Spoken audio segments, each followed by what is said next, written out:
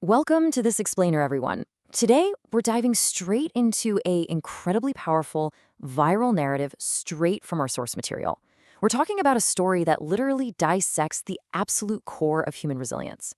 We are going to look at how a person goes from the most crushing, suffocating poverty to just undeniable prosperity. And we're not just treating this as some heartwarming tale, right? We're breaking down the exact phases of this journey as a real, actionable blueprint. Okay, let's just jump right in and look at the foundation of this extraordinary transformation. Right out of the gate, the source drops us into this remarkably grim reality. No good clothes, no permission to dream big. I mean, really think about the gravity of that phrasing for a second. It's one thing to lack material stuff, to wake up and not have decent clothes to wear. But it's an entirely different, way more suffocating level of deprivation when your own environment silently tells you that you don't even have the permission to imagine a better future.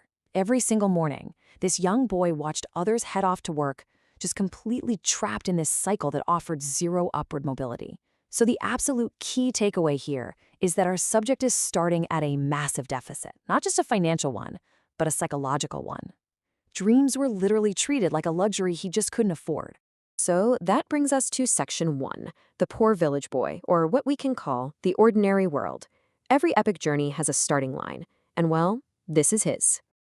The source material points out this devastating nightly ritual that actually ends up becoming his ultimate emotional anchor. Every single night, this boy watched his mother cry, just completely overwhelmed by the heavy, crushing burden of financial worry. And, this wasn't some movie script. This was his daily, everyday existence. You really have to imagine the profound psychological toll of watching the person who gave you life just broken down by a simple lack of money. But here's the thing. Those silent tears became his ultimate motivator. It shifted his whole reality from this passive suffering into a desperate, burning need for survival. When your foundation is built on watching your mom weep over basic necessities, the stakes of your life become absolute. There's no middle ground. All right, moving on to section 2, the fire to do something big. This represents the internal call to action. So despite these incredibly bleak surroundings, a fierce fire actually began to burn inside him to achieve something massive. And this right here, this is where the whole story pivots. His internal drive completely contradicted the societal expectations and the poverty that was practically suffocating him. The environment was basically telling him to stay in his lane, to accept that he had no permission to dream. But that fire inside him, that was a total rejection of his ordinary world. It's that initial spark of agency. He just decided right then and there that the reality he was born into was absolutely not going to be the reality he accepted. But of course, just deciding to change is only the beginning, right? That brings us to section 3. Mockery, hunger, and fierce struggle. His road of trials. Listen, success absolutely wasn't handed to him on a silver platter. It was forged through a brutal timeline. Phase 1, trapped, nowhere to go. Phase 2, constant mockery. The source specifically notes that people constantly made fun of him for even trying to rise above his station.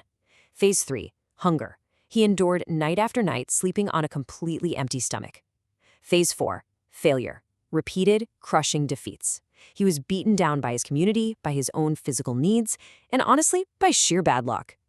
This sequence is absolutely crucial because it shows us his resolve was tested in the most agonizing, punishing ways you could possibly imagine.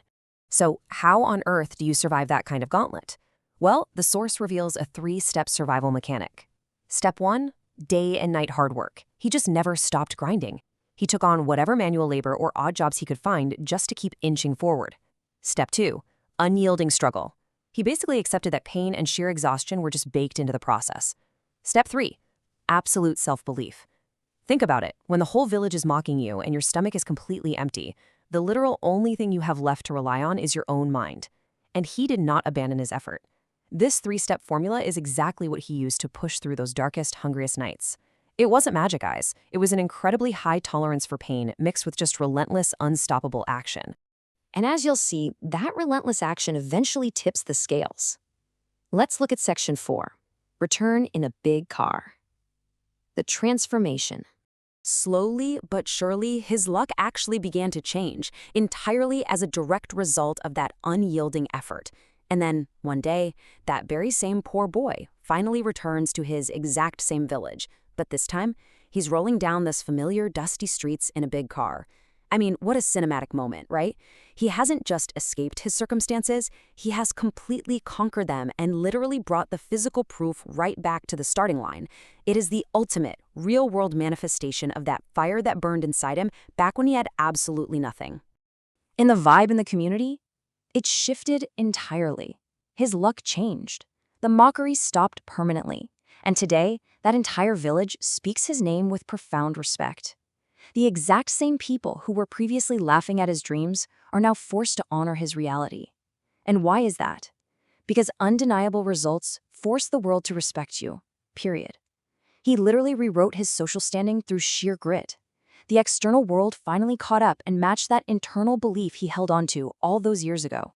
Which brings us to our final section, the philosophical climax of this whole explainer, the truth of fate versus hard work, the elixir. This right here is the absolute core message of the source material. It's a real mic drop moment. On one hand, being born poor, that is pure fate.